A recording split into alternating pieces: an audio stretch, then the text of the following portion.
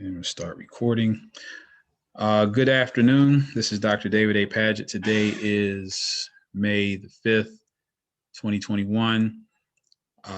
This is the Urban Geography class, Maymester session. And so today we are going to do several things. The first thing that we're going to do, and I'm going to share my screen here, is some housekeeping. And so what we need to do now is just make sure that everybody has cities assigned for the individual term papers. So this is just a bit of housekeeping. So I think that everybody who's here has cities assigned. Oh, just for your information, Rivera and Garcia, I looked up the data for Puerto Rico / San Juan through the census, and it's not really complete. So I was hoping to give you the opportunity to use a city in Puerto Rico instead for obvious reasons, but the data is incomplete. So we'll have to just stick with mainland US cities, unfortunately. Just wanted to let you know that I did look into that. I see we have,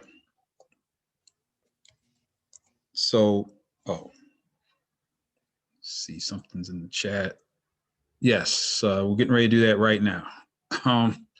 So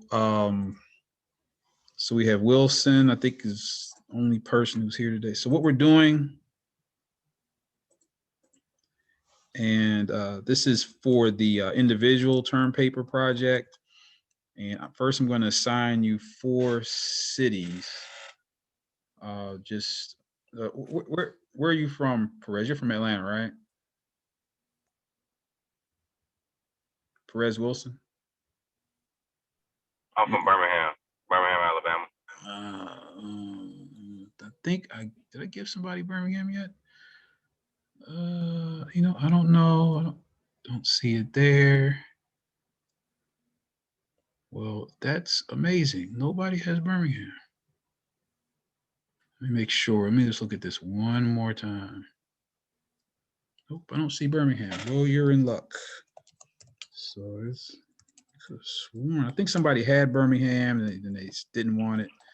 So we have He gave me Birmingham, but then I changed it. Let's see, Birmingham, Alabama. Let me think of some. Let's see, I already got Minneapolis. I'm trying to think.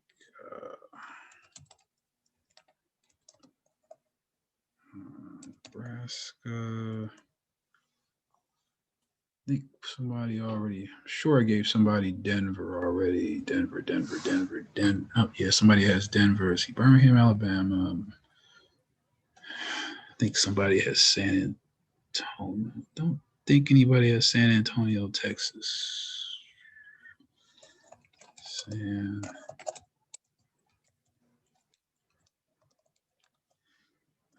see.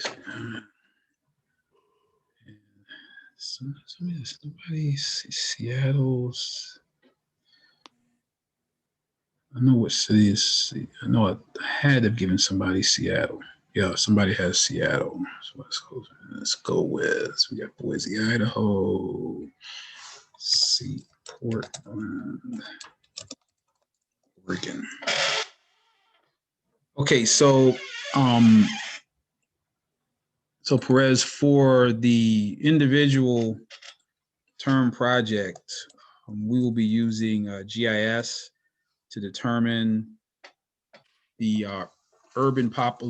relative urban population vulnerability to COVID-19 for various cities in the United States. So this first part, just off the top of your head, looking at your cities, which one do you think has a population that has the highest vulnerability to COVID-19 out of your 4 cities?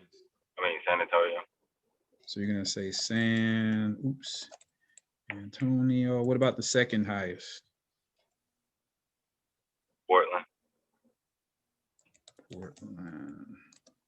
Portland. Make sure we don't get that confused. Portland, Maine. Third highest. Birmingham.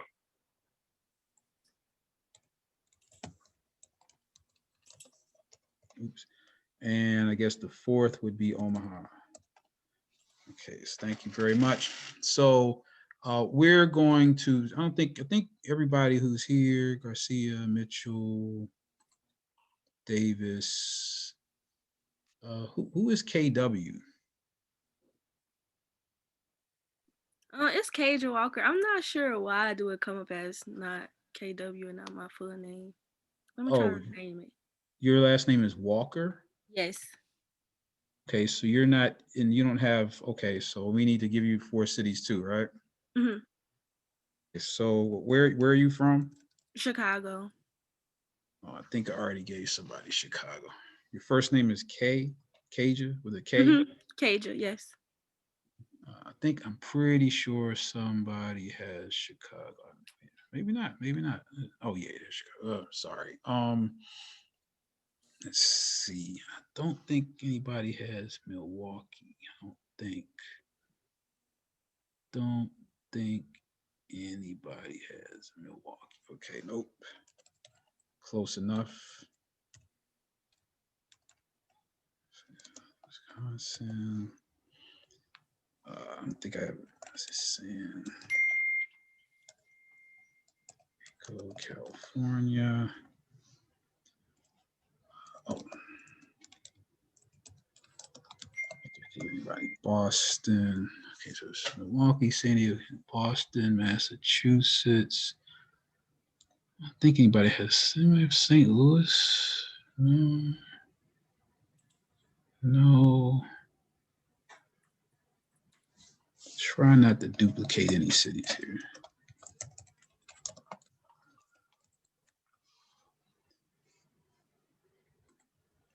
Okay, so Miss Walker, you said your name is Miss Walker. You said your name is Kaja. Yes, Kaja.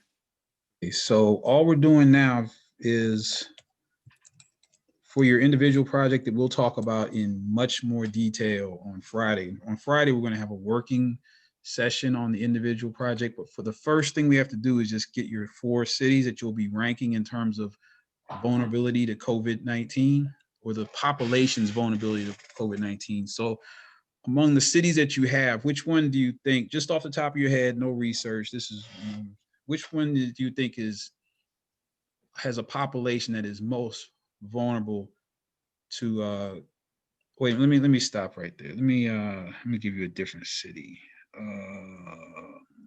Darn it.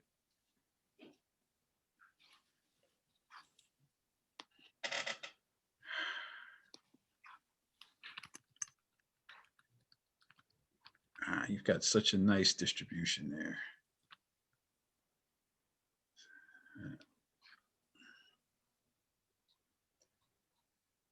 Let's see which one of these. Let's see. Let's do this.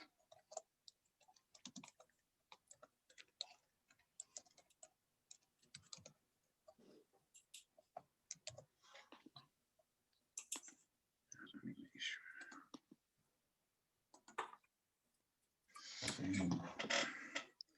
Give me 1 second. Sure that. Just 1 second.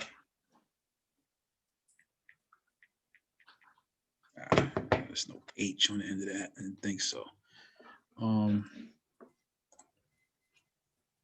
Okay, so So you've been assigned 4 cities: Milwaukee, Wisconsin, St. Petersburg, Florida, Boston, Massachusetts, and St. Louis, Missouri. Among those 4 cities, which one do you think has a population that's most vulnerable to COVID-19? Probably Milwaukee, Wisconsin. Okay.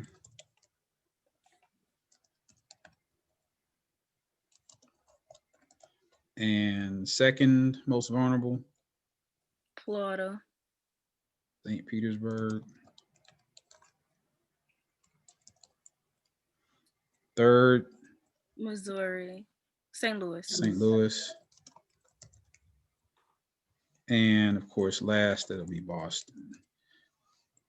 Okay, something's in the chat here.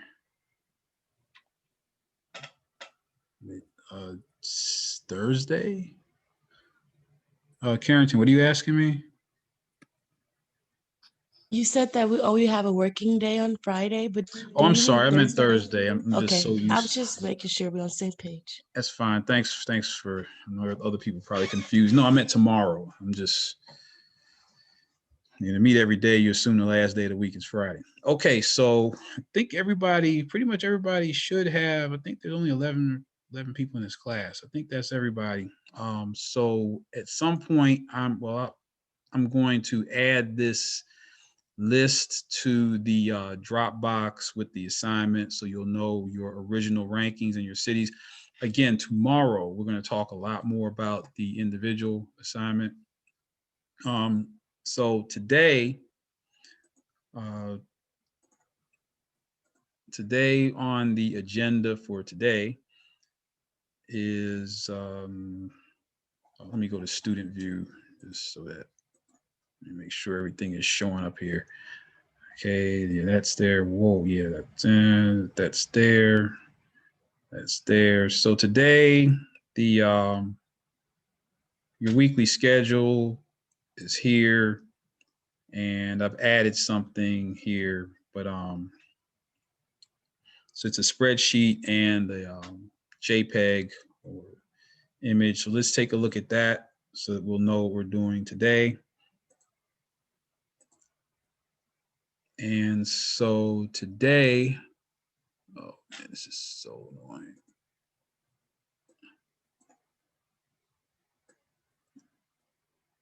So today is May 5th.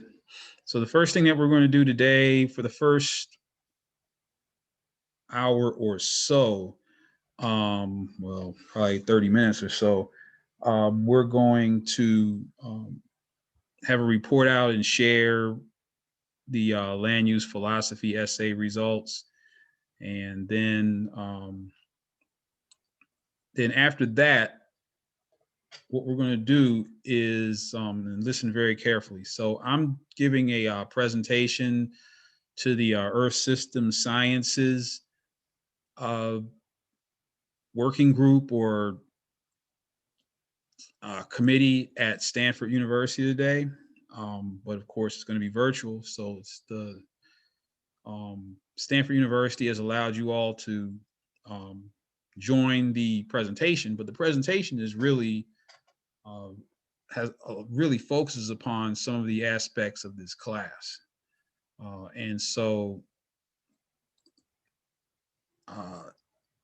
what we'll do, and I'll repeat this again when we get to that point, is notice here in the schedule you have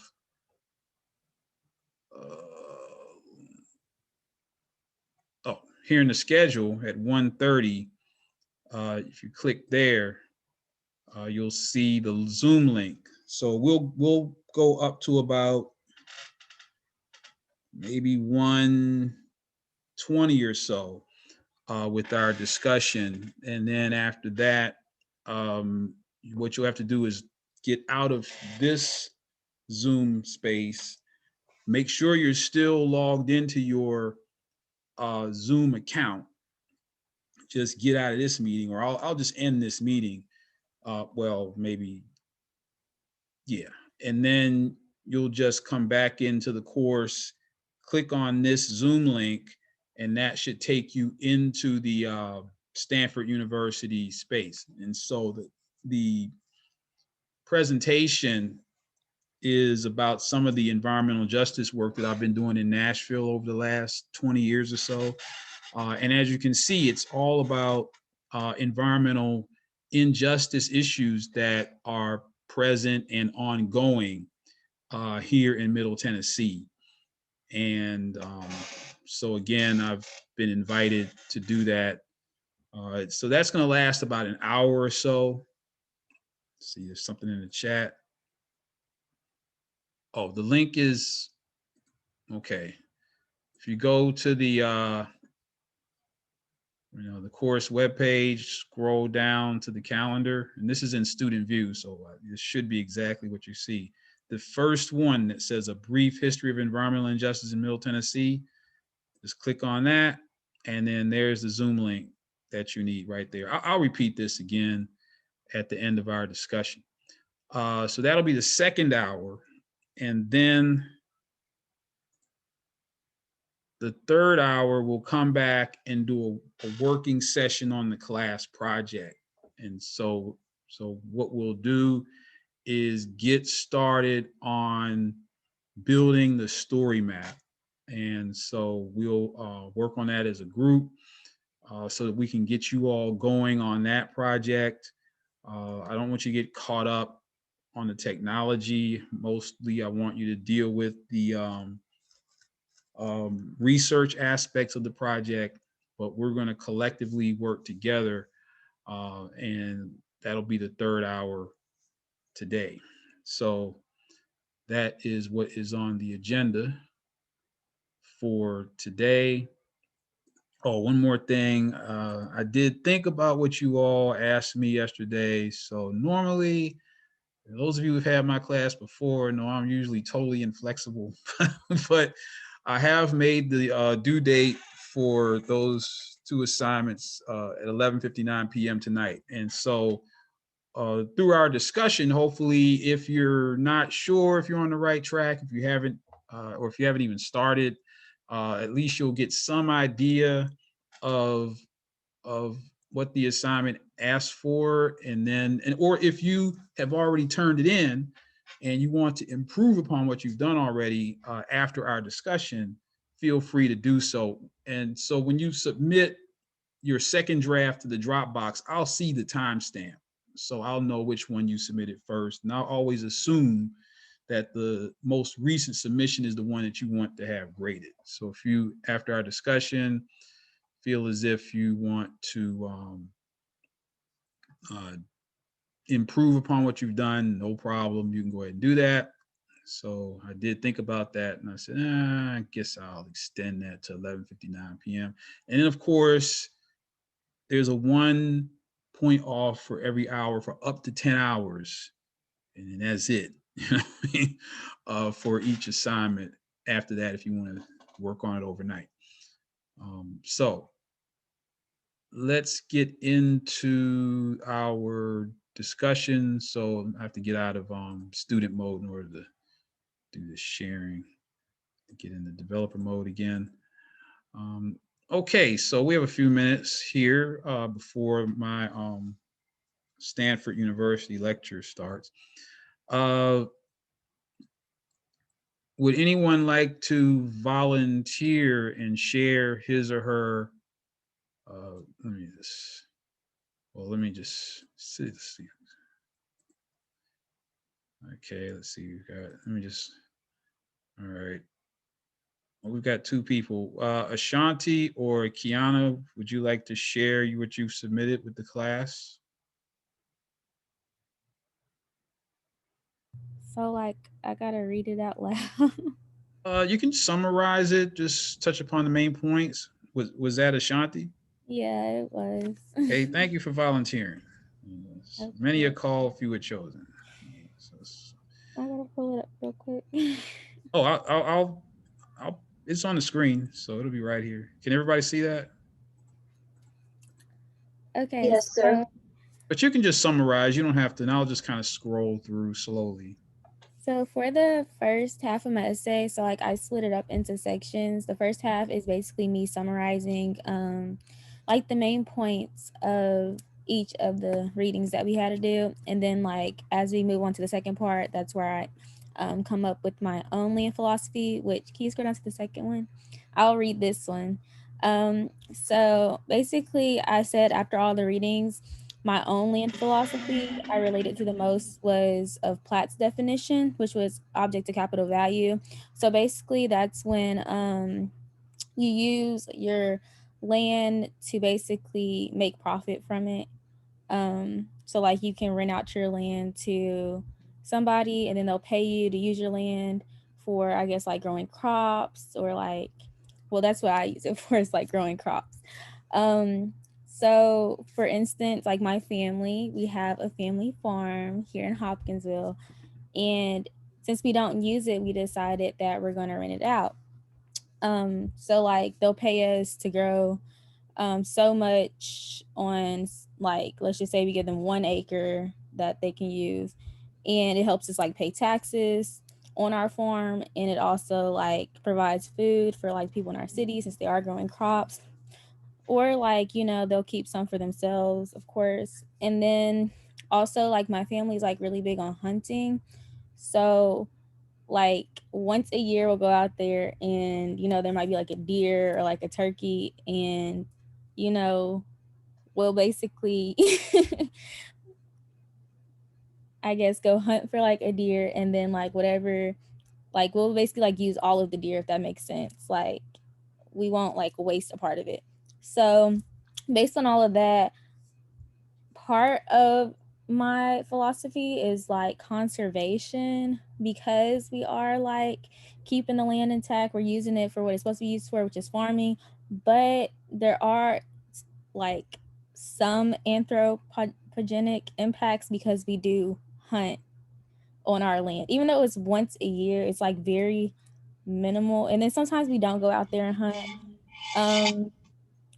And just like based off of like the past couple of classes that we've had, I learned that my philosophy doesn't have to just fully encompass like one thing. So like, yeah, although I feel that my philosophy is more so in the conservation category, unlike all the rest, I did mention that there aren't many anthropogenic impacts, because when you do conservation category, it's just like, you know, you're not harming anything on that land. And when you farm, I feel like some stuff still ends up getting harmed, if that makes sense, based off of like, you know, the equipment used on the land, and also us going out there to hunt.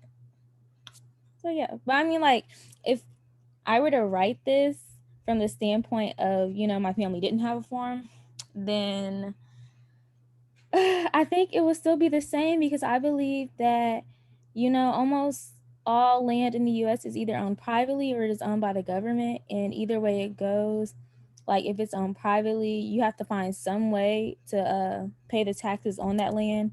Like even if the land is paid off, you still have to pay taxes on it, just like you pay taxes on, I guess, like any other properties a person owns. But yeah, that was it for me. Okay. Very interesting. Very interesting. Very good. You added some, you know, a personal anecdote. Oh, anecdote there. Oh, there's a question from. Let's see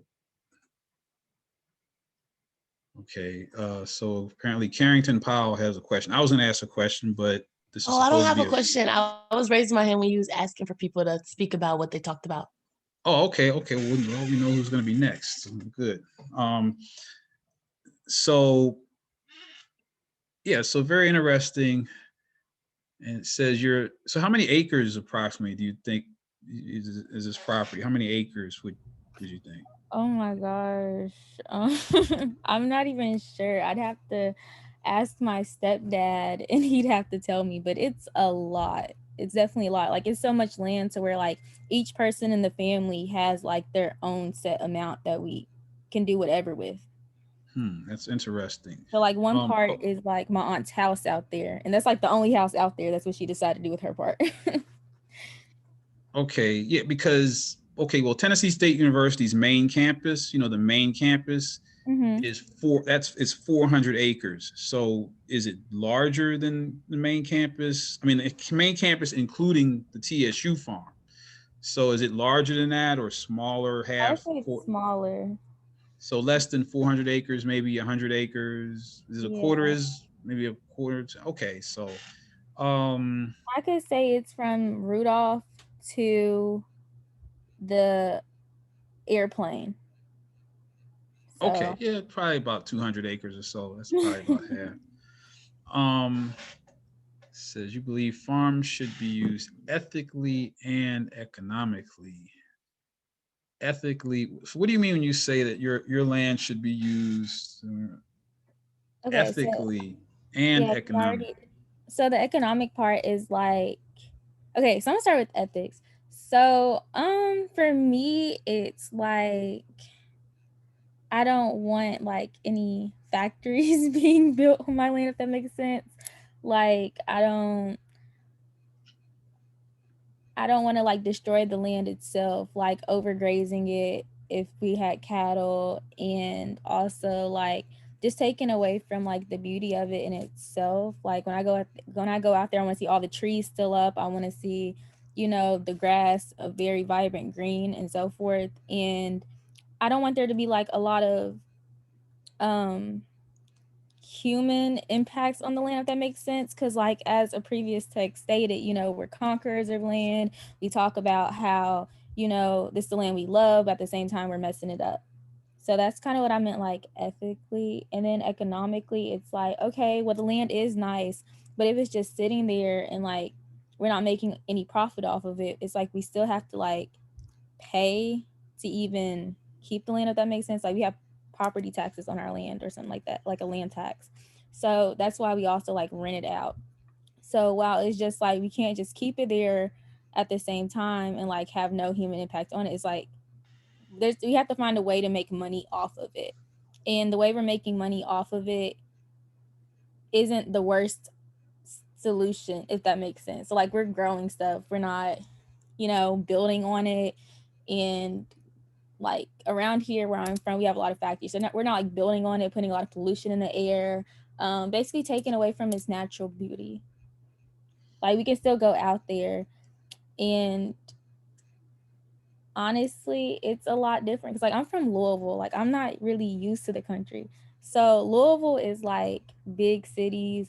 And I see like a lot of different places that used to be like the wilderness and stuff. It's like being like trees are being cut down. There's being cement put on the grass, and it's being developed. And we're not doing that with our land. Like we're not going to sell it so that it can be developed.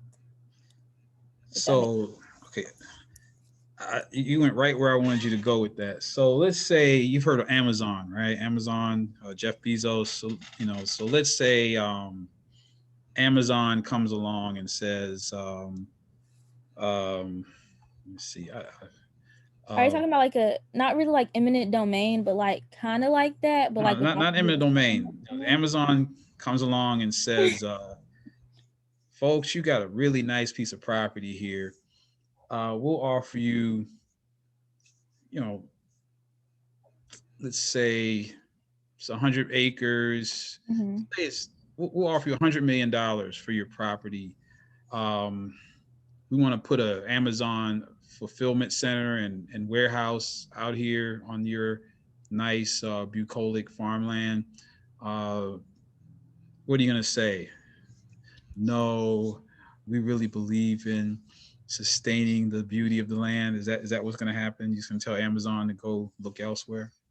Okay, so like where we are right now is like, you know, this has been in our family for like generations, you know, and land is not cheap at all. Like, it's not like, I mean, depending on how much they offer, it's possible to just go out there and get like, you know, buy up some more land somewhere else. But then, you know, like with that comes like, it's I feel like it'll be just like a lot more complicated, honestly, personally. But at the same time, it's like, okay, if Amazon is offering like $30 million, okay, that's kind of like a reach, but like $30 million,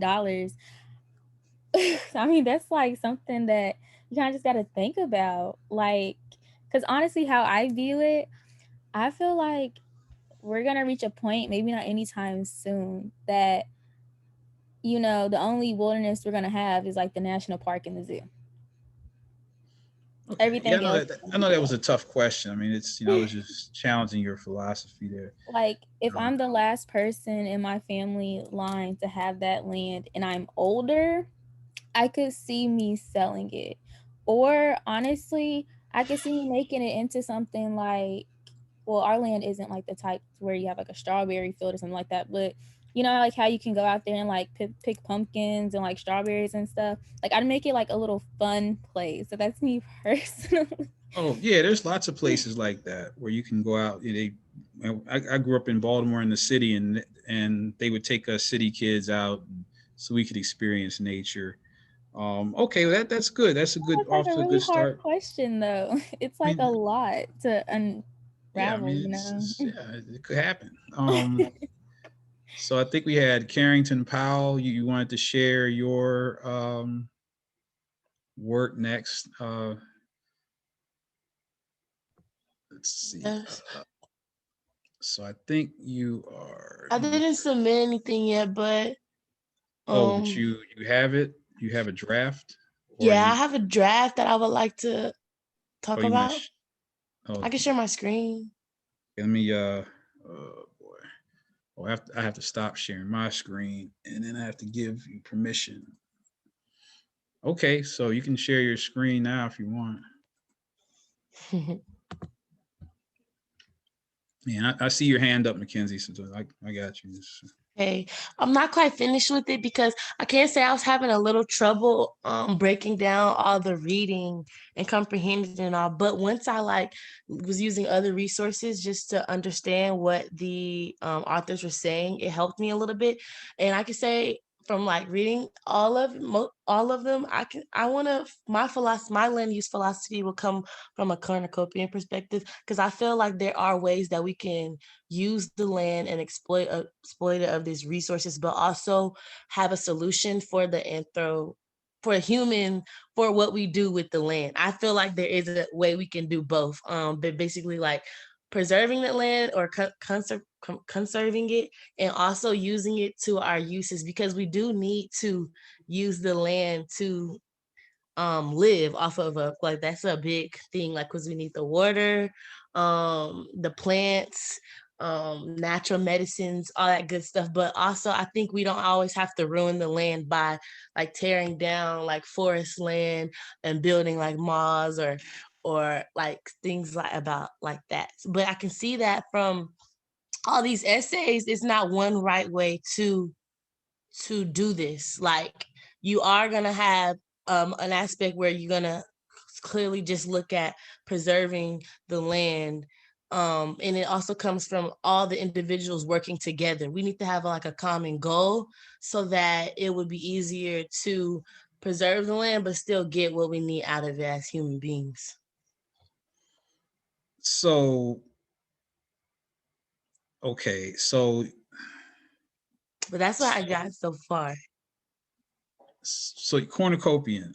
I mean, to me, I don't know. I mean, just listening to you, you sound more like a conservationist perspective than cornucopian. Just to me, just my opinion. I mean, cornucopian basically says, look, we can tear this whole planet up and make a new one because we're just, we don't have to worry about climate change. If climate change gets too bad, then we can fix that because we humans are just that advanced.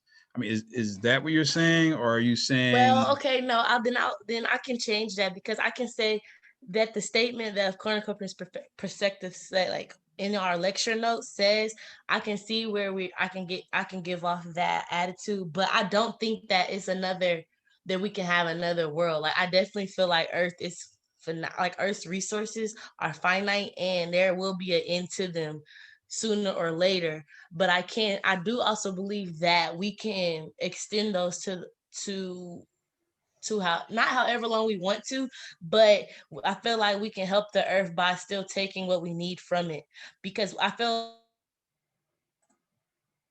like as humans we do all act as though, well, at least the people in power act as though that there can be another world and we can find another way to get everything that we need, but maybe they don't realize that we can't do it by just taking and taking and taking. Like I guess a simple example I can use is be like fossil fuels on how we're running out of those and at a certain time we're going to need to find something else to fuel everything that we have, like all our needs on this earth. So yeah, I'll change it to conservation perspective because I feel like we can get what we need from the earth but still protect it.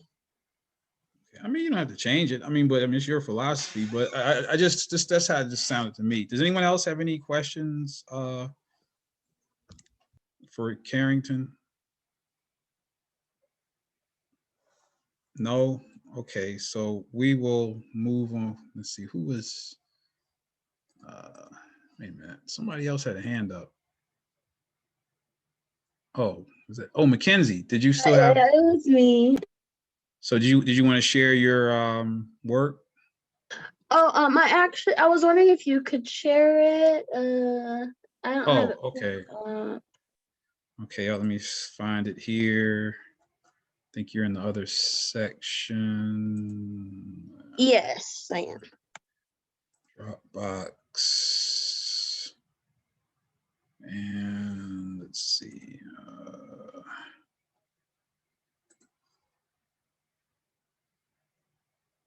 Download, open it up,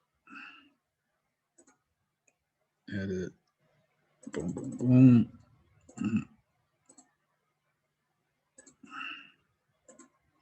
Okay, so okay, you're up. Here's your. All right. So, my first paragraph, I basically just wrote down the five philosophies according to Platt.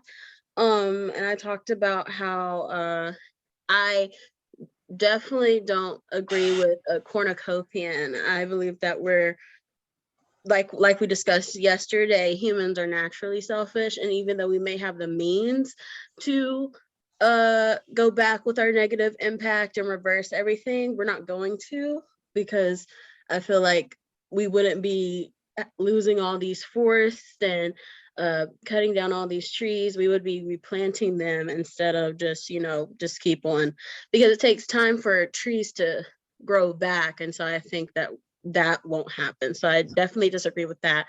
I did say that my philosophy, I'm sorry, lines up more with indigenous and conservationist philosophy. And then my second paragraph, I talked about the tic-tac-toe reference, Hardin made in his fifth paragraph. I talked about how I think that's important, just because can you scroll for me a little bit? Talking about overpopulation, when you have overpopulation, you're going to have a surplus in what people need. So you're going to have more food, more water, more fossil fuels are going to be burned. So you're going to have more pollution. And so I pretty much just talked about how that can affect the philosophy, and how I think that the world as a living entity, the world can get sick. It's dying as we speak, because all of this burning of fossil fuels and the pollution, and it's getting sicker and sicker. And even though we have things like Earth Day, and we talk about how we have all these organizations like the 4-H program, all that stuff, we're still not doing everything that it takes for us to better the environment. And so I think that we're naturally selfish, and we should instead of being selfish and thinking about, oh, me, we should take that and think about our next generations and how they're going to be affected by all of our building of these factories. I think instead of having all these factories, we could have like little tiny workshops that don't require all this burning of fuels and releasing all this pollution in the air, and just loving our planet more, and taking care of our oceans and our wildlife, because like it says, we are all a part of the planet. This is our home, but it's not just our home, it's everyone's home that came before us and came after us. And so we should protect it as that. Okay. So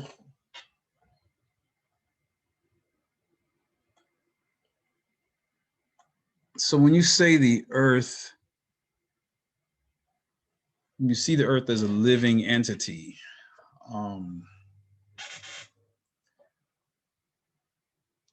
You did say you're more, yeah, like, okay, yeah. I mean, I can see where your perspective, because the indigenous perspective really is conservationist. It's not as if indigenous people didn't use the land at all. It's just that they don't exploit it. As a matter of fact, there are some indigenous cultures where they have no word in their language for waste. They don't have a word for waste because they don't waste anything. It's not even a concept, right? How many words do we have in our culture for waste? Let's see, there's trash, garbage, refuse, disposable. We can go on and on, right? We have all kinds of words in our language for waste, words in our language for waste, because that's waste is part of our culture. As a matter of fact, we profit from waste. It costs a lot of money to get rid of waste. So as long as it's profitable for people, as long as people can make money off of the waste that we create, then it's never going to go away. What's the incentive? If people are making, I mean, it's extraordinarily expensive to get rid of trash and waste. And part of what I might, in my talk today, there is a section on there of how myself and a group of students started Tennessee State University's recycling program. We didn't have a recycling program until myself and a group of students worked on it or created it. And it's not that that's anything unique. Pretty much every recycling program that you see at a college or university was started by students and faculty, not by the administration. But even at Tennessee State University, the administration was somewhat resistant until we showed the administration that if we take waste out of the waste stream and recycle it, that would lower the cost that TSU has to pay to waste management or whoever takes the trash away. Once the dollar sign was put beside, all of a sudden, let's recycle. So, but the Native American and indigenous philosophy of reusing everything is conservationist. So I can see that. I mean, I can see that. Anyone else have any comments about Mackenzie's Yes, I do. It's Tiana. So when I was reading, I didn't really understand his like tic-tac-toe philosophy. I swear I read it like one time. So I just really want to know like your perspective on his, his analogy and how it applies to your paper or any experiences that you had. Yes. So with the tic-tac-toe, he was basically saying like because I love playing tic-tac-toe with anyone I come across. So you basically, when I play tic-tac-toe, I'm usually trying to get them to go where I want them to go so I can get 3 in a row. And that's what I was talking about with overpopulation and all that stuff and how that ties in, because you're basically cheating somebody. There's like with here, let me read tic-tac-toe. So when you have more people, I see it as you're gonna short someone's always gonna get the short end of the stick. And that's how I tied in the tic-tac-toe reference that he made, because like I said in my paper, with China, it being such a large population, they burn more fossil fuels. They have to have more food for people, more access to water and all that stuff. And so with that, you're kind of affecting the commons with the air and stuff, because with all that burning of fossil fuels, you can definitely see the difference in air pollution compared to an area that's not so heavily populated.